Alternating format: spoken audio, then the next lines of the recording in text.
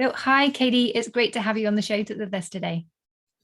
Hi, I'm so excited to be here. Thank you. Oh, it's great. And I'm really excited because we're going to talk all things style and confidence and dressing up and everything about that. So I'm really excited to get stuck in. But before we do, I'd love to know what was it that spurred you to start your own business? Yes, I'm still thinking about that story all the time. So I'm coming up on my 1 year anniversary, actually. So it's really new and it's really fresh for me. And I want to start with I actually went to college for fashion, and that was my first passion in life. And I always knew that impacted the way I moved and the way I felt. But then through the years, I kind of lost a little bit of touch of that, like coming out of college and feeling the pressure to get a job, get married, have kids, and like check all those traditional boxes. So in 2019, I started a podcast because I was like, I've done some amazing things, but there's still this piece of me that's missing. And I know tons of other women feel this way, at least I hope they do. And I'd love to talk about it on my podcast. And then that led me to joining a business mastermind without a business. And that's the one thing I like to always share with people is I'm a big action taker, and I know that that can be scary, but I do believe that action and community are the reasons that I am where I am today. So I hopped into a business mastermind and I was like, I don't know what I'm doing. I don't have a business, but there's something in my gut that's telling me that there's more to this than what I am currently doing, and that I can help women in a different way than I am right now. So I invested in this business mastermind, and then COVID hit. And I was like, okay, wow, this is fun. And then through COVID, I actually was laid off from my career as style director for the past 11 years at my company. And it felt really hard, but I was gifted the opportunity, and I had been working really hard about what this looked like. And I went to my husband and I said, hey, so I just got let go from the company I've worked with for 11 years. And something's brewing that's bigger than this. I just need a little bit of time and space. I have no idea what that looks like. I know I'm the breadwinner, but I am gonna follow my gut instinct on this. And if you just trust me, like I promise, we're gonna come out of the other side. And I was scared to death. But he was gracious enough to give me this space because he has been an entrepreneur since our early 20s, and we're college sweethearts. And it's kind of like he was almost like waiting for me to arrive in this space. And I took a couple months off, and I just was consistently taking action with my podcast and showing up for myself and showing up in this business mastermind. And one day I just was mind mapping, like, what do I really want to do? And people had been asking me to help them with photo shoots and style them to get ready for their business photo shoots for their website and design, because one of the girls in the mastermind did a lot of website design. And I just was like, oh my God, people get paid to do this. And I can do it however I want. I can make it amazing for women and make them feel confident and just help them feel really good in their clothes. And that's kind of how I got started in business. I love that. And it's a little bit like a quote, isn't it? Luck is what happens when opportunity meets preparation. And you Yes. were doing the preparation, you were kind of figuring things out, you had a bit of an idea, and then the opportunity was kind of thrown at you. Yeah. Yeah. Now you've got some time. You were almost like the university was creating that space for you to start your business. I love that. I tell people all the time, if I'm completely honest with myself and with everybody else, I don't know if I would have made the jump if I wouldn't have been forced out of that situation. So while it was really, really scary during it, I am super grateful for it. And I'm super grateful for just kind of trusting myself Mm. um, and just taking that leap. And I'm not saying that it was easy or that it was pretty, but it was nice. And it's a really good foundation to start on. Yeah, it sounds like you had a good dose of, sort of self-belief and self-trust, which I think is one of the key ingredients in any successful business. You and often you don't have it to start with, but you develop it pretty quickly once you're kind of out there and you sort of discover just how much value you do have to offer. At the beginning, we have these doubts like, can I really do this? Will anyone actually pay me for this? What I really love doing, and then as soon as you realize yes, they will, and they love it. Yeah. And I love it. And it just creates this magic. Then it's amazing how quickly things come together. Yes, that's the best part. I remember my business coach at the time. I was like, "There's no way I can do this," and she's like, "That's actually pretty easy." And I was like, "No, it's not." And then I started doing it, and I was like, "Oh my God, I can really do this!" And like you said, and then other people are enjoying it so much, and you're like, "This is what I'm supposed to be doing," and that's a really good, amazing feeling. So, what was the reality like versus what you thought it was going to be like? If you had any idea at all, I guess you were kind of Yeah, a little I bit. didn't really have any idea at all because not really being an entrepreneur and not really knowing quite what I was stepping into. But I think for me, the biggest thing was I craved clarity so bad. And that was a comfort zone for me. And I thought I had that, like, hey, here's my career. I know exactly what I'm doing. I know exactly where I'm going. And getting that snatched away, like of course, remember the moment, the day, and the time. I started to realize that running a business isn't very different than that. We honestly, just as quick as I lost my job, I can lose a business or start a business. And I was craving clarity so bad that that's what I was constantly chasing. And then I just kind of, after many months, had this aha of that, oh my gosh, it's always growing, it's always changing, and that my business doesn't grow unless I grow as a person. And that's been my biggest aha to today. I was telling my husband this morning, and I was like, I can take all the action, I can look at all the numbers, I can do all the things that people are telling me I should do. But I'm an emotional being, and I really operate from that space of I don't feel good, then none of those things are going to happen. So, like, my biggest priority being a business owner that I didn't think would happen was I had to be eating really well, and I had to be taking care of my physical body and my emotional body in a way that I just didn't realize was going to be so important so that I could show up and serve these clients. I want them to have the best experience ever. And if I am hungry, then guess what? It's not going to be the best experience ever. And that wasn't business advice anyone was giving me or talking about.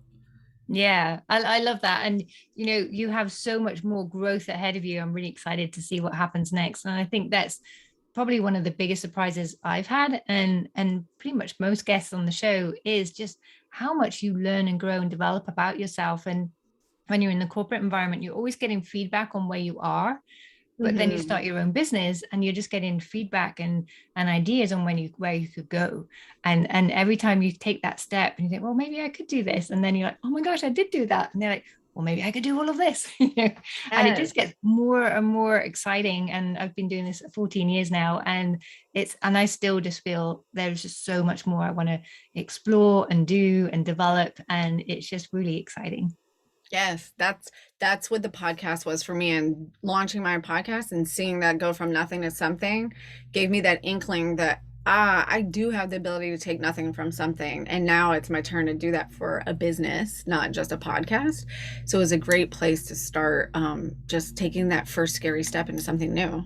Yeah. And I think you mentioned something really important there, that you discovered just how important it is to eat well, sleep well, stay hydrated, look after yourself, because now you are your business. So your Yes. business will only be as strong as you are, or your team, once you get to that stage. So and there's something, and maybe this is a nice segue into the style, because when I was reading what you do, you said you have this feelings first methodology. And I was like, oh, I love the sound of that, but I need to know, what is it?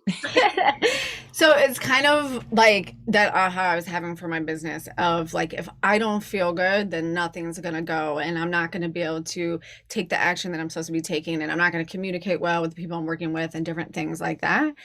And what I didn't realize is that I had constantly had already been doing that with my style and the way I was dressing, and that's how I was showing up. And even in the corporate world before I started my business, that's how I was showing up for those scary things in my career, or launching my podcast, or meeting new people, or joining a business mastermind. Is I would go into it with the intention of, okay, yes, I'm a little nervous because this is outside of my comfort zone, but how do I want to feel when I'm doing this, when I'm meeting these people? And for me, it always kind of started with lipstick, and I would start to attach the colors of my lipsticks to feeling, and then I could like feel those feelings off of my words when I would speak. So I did have a lot of opportunities to speak in my corporate career, which kind of led to the podcast, if we're being honest.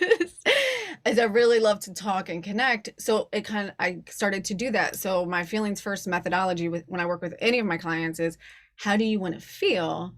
Now we're going to base your style around that, because if you don't feel those feelings, it doesn't matter what you're wearing, you're not going to feel comfortable. And that's the biggest thing that we want to come through. Like, how do you want to feel?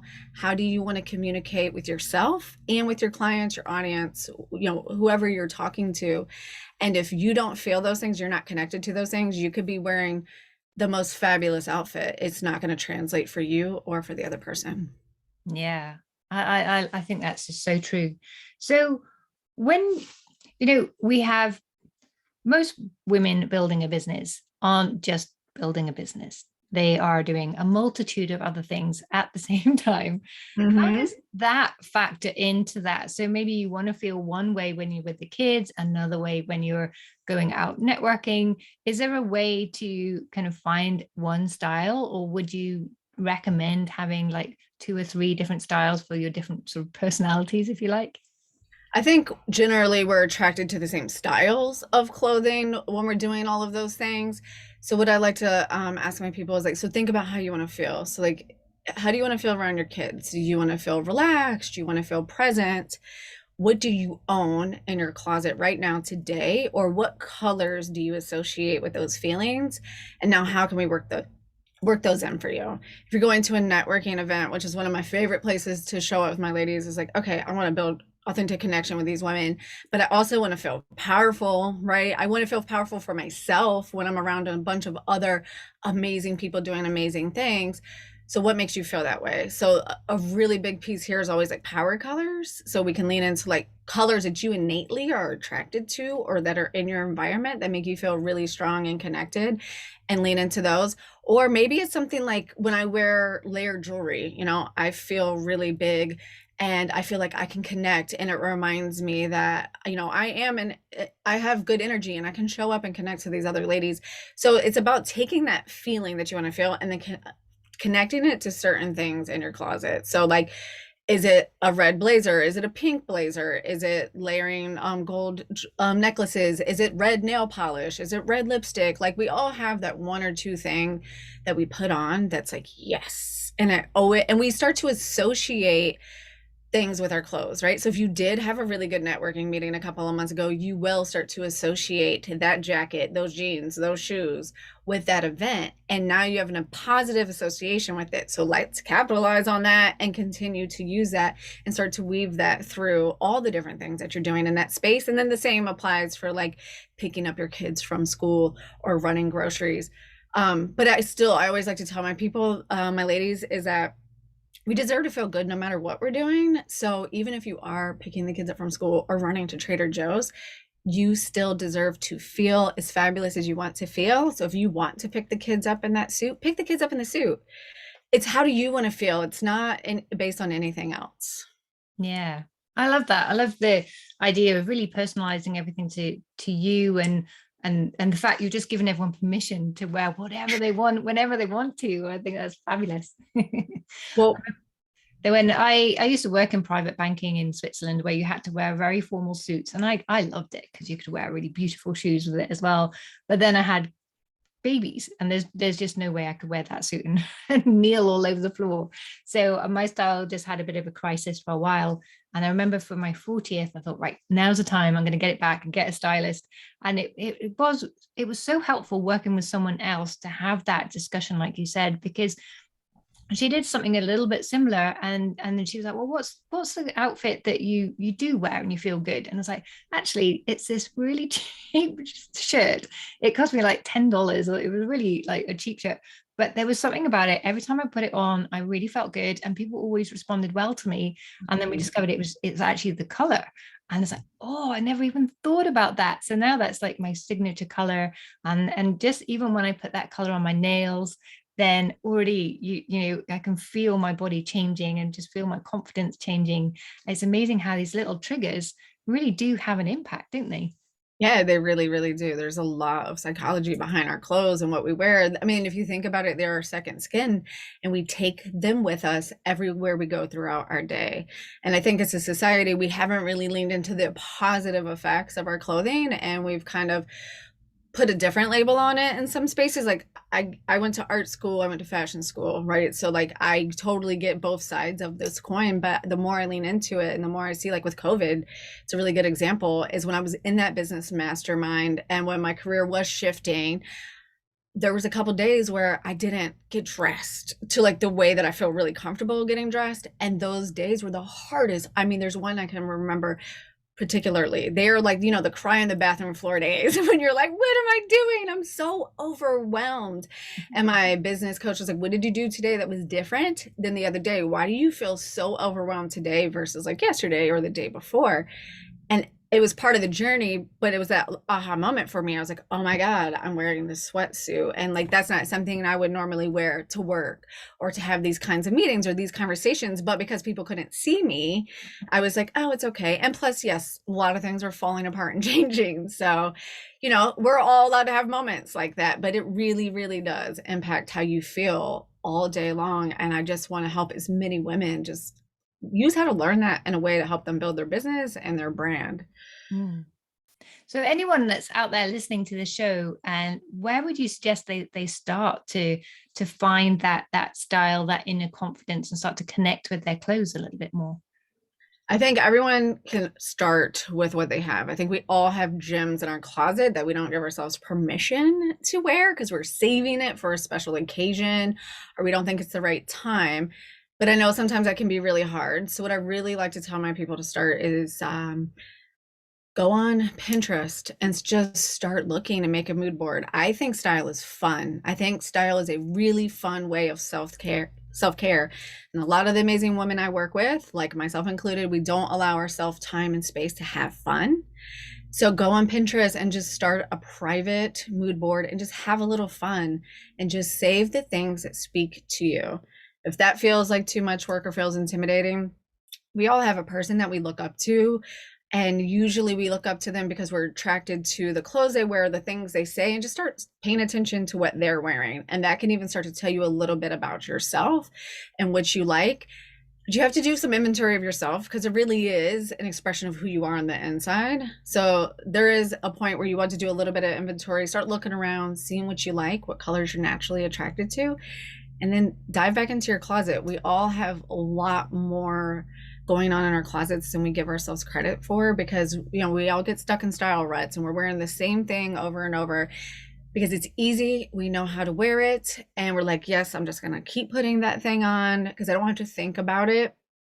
And then we're only using about 20%, 30% of our clothes. So think about what makes you feel really, really good. Then again, tap into those feelings and think about, okay, I want to feel confident. What makes me feel confident?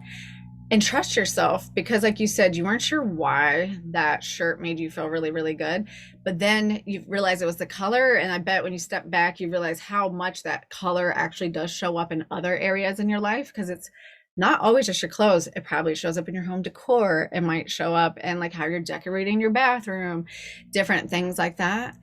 Another thing is you can always look to your natural environment, blues, greens, oranges, browns, depending on where you live, and see, do you resonate with any of those colors? Do they make you feel really, really happy? Do you feel calm when you're by the water? And start trying to look at it from that perspective. Mm. Yeah, I mean, actually, this color is like well, it's actually my brand color. When I was trying to figure out my brand colors, we were going round and round for circles for so long, and Mhm. then when we actually found the perfect colors, and I looked at my brand photography, I was like, oh, that's the color of my favorite outfit. And yet it Yes. literally took us weeks to get there, and it's like it was there all the time, right in front of my face. And I think those colors, it's like a sort of deep salmon pink and sort of silvery blue. They just remind me of growing up by the seaside, and those are sort of colors that are around me now. You said that, it just came to me. It's like, oh yeah. So yeah, there's something in that. Yeah, we're naturally attracted usually to the colors that look good on us. So, like when you said, I don't know why I love this shirt, I love this shirt. A lot of times, my ladies, they're already wearing those colors. They just haven't identified those colors as their colors.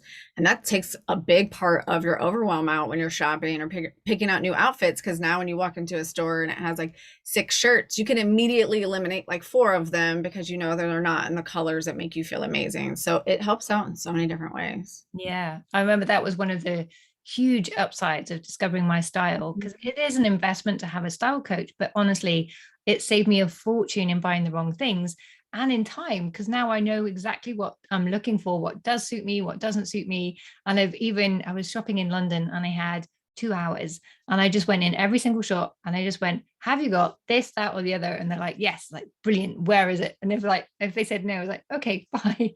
And I just Yes. got round like the whole of Oxford Street in 2 hours, which is just unheard of. So it was really exciting. I was like, this is just so like refreshing to know that everything you're buying suits you, the colors make you feel good, the style works for you. So it was just, yeah, such a great experience. I love that. I love that so much. And I think that's every stylist and goal is like you can go and knock this out and shopping is easy and fun. Like those are my two feel I want this to be easy for you and fun for you. The rest of your life can be, all the to-dos and the to-do list and all those other things, but this should make you feel amazing. And then in turn, those other things actually do become easier.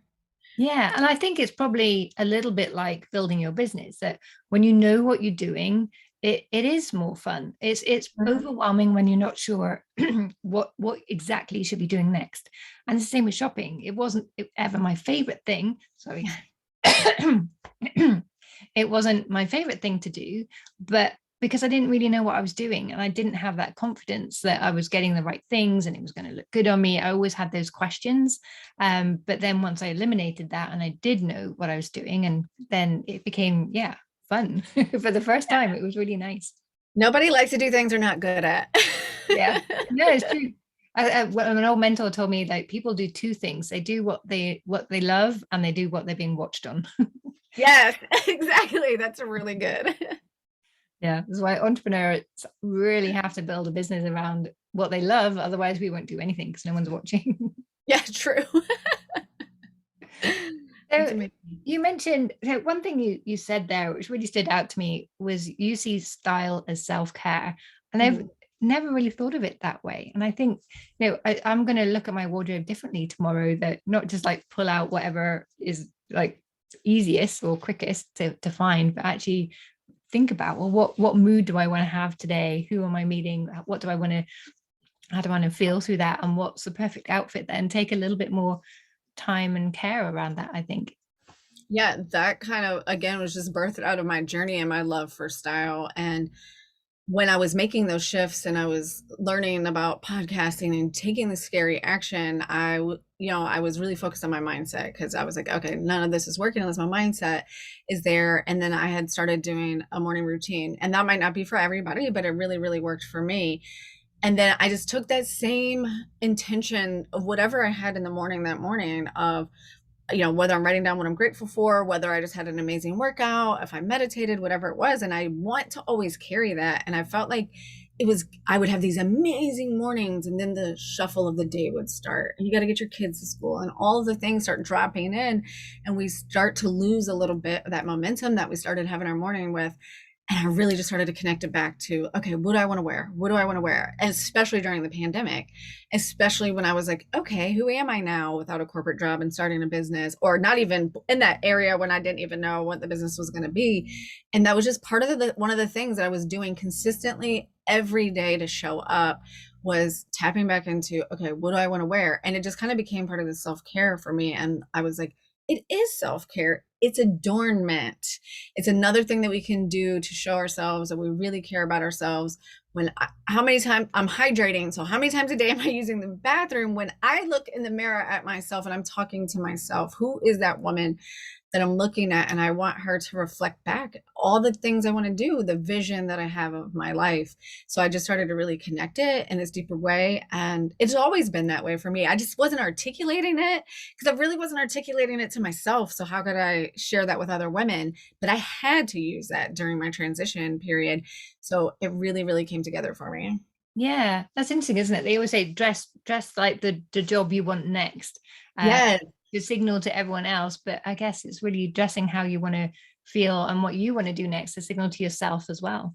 Yeah, it starts with yourself. You are definitely signaling other people. I mean, 93% of our communication is through what we look like and what we're wearing. And I know a lot of people don't want to hear that, but we are visual communicators more than any other type of communicators out of all of our senses. Everything else kind of falls in line after that.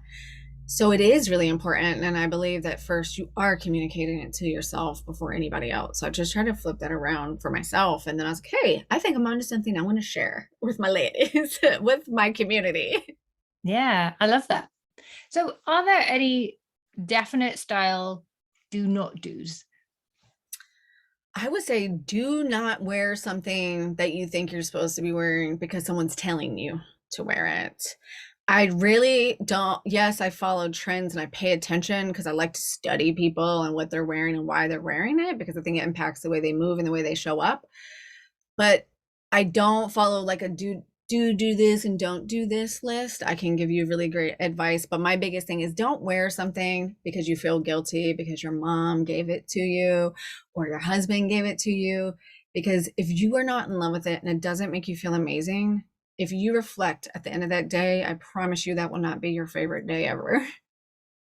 Yeah. The days when I wear things that make me feel great are my best days. The day that I've tried to wear a sweater that someone's given me for Christmas, at the end of the day, I'm like, why is that meeting so hard? Why is this commute so much longer? Like, why am I, doing all these things? And it's because I just don't feel comfortable in my second skin. It's bothering me all day. If you have to tug and pull on your clothes because they don't feel comfortable on you, that's my only don't. Yeah. Great advice. Thank you.